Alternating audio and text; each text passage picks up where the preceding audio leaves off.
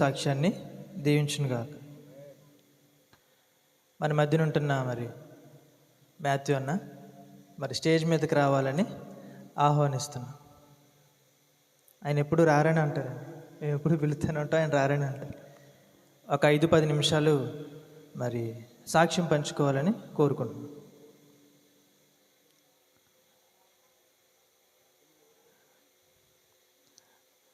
ఆయన జంగారెడ్డిగూడెంలో LIC manager అండి. ఆయన వణుకుపోతాం మేము వెళ్ళాలంటే ఎల్ఐసి ఆఫీస్కి. స్టేజ్ మీదకి రమ్మంటే రావట్లేదు. సాక్ష్యం పంచు. ప్రభు అయిన యేసుక్రీస్తు నామం పేట స్టేజ్ మీద ఉన్న దైవజనులకు, ఈ కూడికకు విచ్చేసిన విశ్వాసులకు, దేవుని బిడ్డలకు అందరికీ కూడా వందనములు చెల్లిస్తున్నాను. మరణ భూస్థాపన పునరుద్ధాన సభలు 3వ రోజు చివరి దశకు వచ్చాం. ఈ మీటింగ్స్ పెట్టడానికి ప్రధాన కారణము మా అక్క బొంతు రూత్. అంతకుముందు భవానీ అనే పేరు దేవునిలోకి వచ్చిన తర్వాత రూత్గా దేవుడు మార్చాడు. మేము ఎడ్వర్డు, ఎలిపి ఎడ్వర్డు అండ్ మరియమ్మ, అంతకుముందు నాగభూషణం అని అందరికీ తెలుసు. వారికి 4 సంతానము. మేము మా అక్క ఫస్ట్ అక్క, తర్వాత నేను, తర్వాత ఇంకా రామకృష్ణ, రవి అని 2 తమ్ముళ్ళు. అక్క నాకంటే ఒక 1 year సీనియర్ అనమాట. మేము స్కూల్కి కలిసి వస్తూ ఉండేవాళ్ళు. హై స్కూల్కి వెళ్ళినప్పుడు స్కూల్కి కలిసి, అంటే 1 year గ్యాప్ మా ఇద్దరికి. సో చాలా ఎర్లీగా దేవుడు వివాహం జరిగింది బావగారితో. తర్వాత దేవుని సేవకు పిలుచుకోవటం, అక్కడి నుంచి చాలా ప్రాంతాల్లో అక్కుపల్లి, గోకవరం, ఆగర్తిపాలెం, పాలకొల్లు హౌసింగ్ బోర్డ్, ఇక్కడ ఎన్నో శ్రమలు. అంటే వారు దేవుని కొరకు తమ జీవితాల్ని ప్రతిష్ఠించుకుని దేవుని కొరకే బ్రతకాలి. ఎన్ని శ్రమలు వచ్చినా, ఎన్ని కష్టాలు వచ్చినా వాటిని తట్టుకొని దేవుని సేవలో నిలబడ్డారు. దేవుని కొరకు దేవుని సేవలో కొనసాగిపోతూ ఉన్నారు. అటువంటి గొప్ప కమిట్మెంట్ దేవుడు వారిద్దరికి ఇచ్చే బావగారికి, అక్కకి. ఇలా సేవా పరిచర్యలో ఎన్నో కష్టాలు వచ్చినా, ఎన్ని ఇబ్బందులు ఉన్నా అవి పైకి కనపడనిచ్చేవారు కాదు ఎప్పుడు కూడా.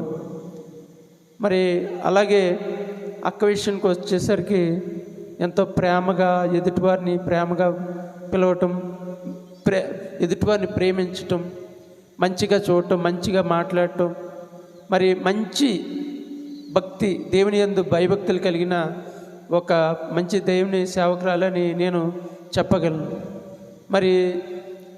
అటువంటి గొప్ప జీవితం జీవించింది. వాక్యంలో చెప్పబడినట్టుగా మంచి పోరాటం పోరాడి తిని అని, నా పరుగు కడముట్టించని విశ్వాసం కాపాడుకుంటుని అనే విషయం మా అక్కకి సరిపోతుంది. ఎందుకంటే దేవుని రక్షింపబడిన తర్వాత, దేవుని సేవలో పిలువబడిన తర్వాత సేవ చేస్తూ అనేక ఆత్మల్ని రక్షించుట్లో, అనేక మందిని దేవుని యొక్క స్వార్థ ప్రకటించుట్లో, దేవుని యొక్క పరిచర్య చేయట్లో అక్కకి ఎంతో దేవుడు మంచి దైవికమైన జీవితాన్ని అనుగ్రహించాడు. అక్క జీవితం ఎంతో ధన్యకరమైన జీవితం. ఒక మంచి తల్లిగా, ఒక మంచి గృహిణిగా, దైవజనరాలుగా అన్నీ తనకిచ్చిన పాత్రలన్నీ మంచిగా పోషించింది. ఎటువంటి మనసులో ఎటువంటి కల్మషము, ఎటువంటి ద్వేషము, ఎటువంటి కోపతాపాలు లేని వ్యక్తి ఎవరైనా ఉన్నారంటే అది మా అక్కే. ఎవరైనా కోపపడతారు కానీ తన నవ్వుతూ ఉంటుంది, ఎప్పుడు నవ్వుతూనే. ఎవరిని పిలిచినా ఆతిథ్యం ఇవ్వటంలో కానీ, రిసీవ్ చేసుకోవడంలో కానీ, అన్ని విషయాల్లో చాలా మంచిగా ఎవరిని చూసినా మంచిగా పలకరించడం, మంచిగా రిసీవ్ చేసుకోవటం అన్నీ.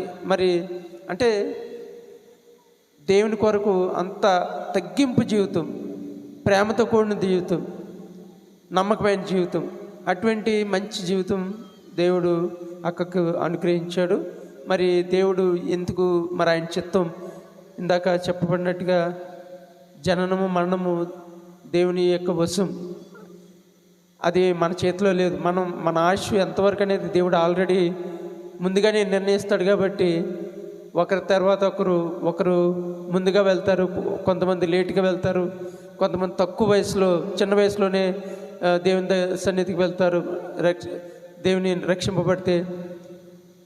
మరి ఈ మరణ భూస్థాపన పునరుద్ధాన సభలు అక్కకి ఇలాగ దేవుని మహిమలోకి పిలబడిన తర్వాత మరి 1 year కంప్లీట్ అయింది ఇప్పటికీ. మరి అక్క దేవుని నమ్ముకొని దేవుని సేవా పరిచర్యలో ముందుకు కొనసాగింది. కాబట్టి దేవునికి మంచి జీవితం, మంచి నమ్మకమైన జీవితం జీవించింది. కాబట్టి దేవుని పరలోకంలో ఉంటుంది ఖచ్చితంగా. మరి ఈ కూడికలు ఎవరి నిమిత్తమైతే దేవుడు ఏర్పాటు చేశాడో, మరి ఈ 3 రోజులు, మొదటి రోజు, రెండో రోజు ఉదయము సాయంత్రము అనేక దైవజనులు వాక్యము ధారాళంగా ఇక్కడ ప్రకటించి ఉంటారు. మరి ఇంకా మనము సిద్ధపడకపోతే, మనం దేవుని తెలుసుకోకపోతే, మన గమ్యస్థానం ఏమిటో తెలియకపోతే మనము చాలా ప్రమాదంలో ఉన్నట్టు. ఎందుకంటే ముందు వెనకలు అందరూ కూడా ఈ లోకాన్ని విడిచి వెళ్ళాలి. మరి విడిచి వెళ్ళేటప్పటికి ప్రభువులో ఉన్నామా లేదా, రక్షణ పొందామా లేదా, ప్రభు అయిన యేసుక్రీస్తు వారిని మన స్వంత రక్షకునిగా అంగీకరించామా లేదనేది ప్రాముఖ్యము. ఒకవేళ మనం దేవుడిని అంగీకరించకపోతే, యేసు ప్రభువుని తెలుసుకోకపోతే, ఈ లోకంలో ఏమున్నా కానీ అదంతా వృధా. మేడమిద్దులున్నా, అందమున్నా, సౌందర్యమున్నా, లేదా గొప్ప పేరున్నా, ఏమున్నా కూడా ప్రభువైన యేసుక్రీస్తు లేకపోతే మన జీవితం సున్నా.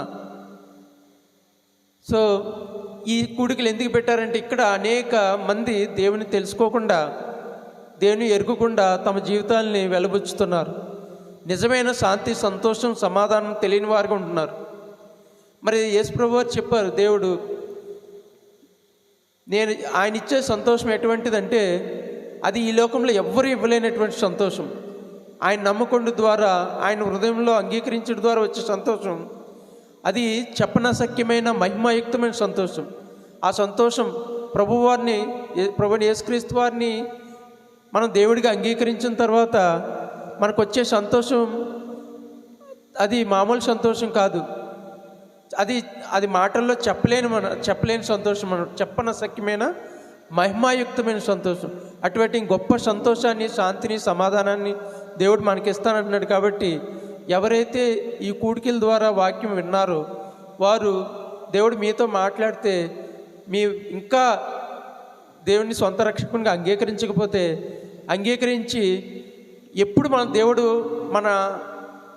మనకి టైం వచ్చినప్పుడు, మనం ఈ లోకం విడిచి వెళ్ళినప్పుడు, మరి నేను దేవుని యొద్దకు వెళ్తాను, దేవుడితో ఉంటాను, యుగయుగములు దేవునితో జీవిస్తానని శుభప్రదమైన నిరీక్షణ ప్రతి ఒక్కరికి కలిగి ఉండాలని, మరి ఆ విధంగా దేవుడు అందరినీ ఈ కూడికల ద్వారా సిద్ధపరచాలని, రక్షణ నిశ్చయత, నిరీక్షణ ఇవన్నీ ప్రతి ఇక్కడికి వచ్చిన ప్రతి ఒక్కరికి దేవుడు దయచేయాలని నేను ఆ దేవుడిని కోరుకుంటూ, నాకు ఇచ్చిన ఈ అవకాశాన్ని బట్టి ఆ దేవాదేవునికి వందనాలు చెల్లిస్తున్నాను. ఈ కొద్ది సాక్ష్యాన్ని దేవుడు దీవించు. సాక్ష్యాన్ని పంచుకున్న మాథ్యూ అన్నకు ప్రభు నామమున వందనములు చెప్తున్నాను.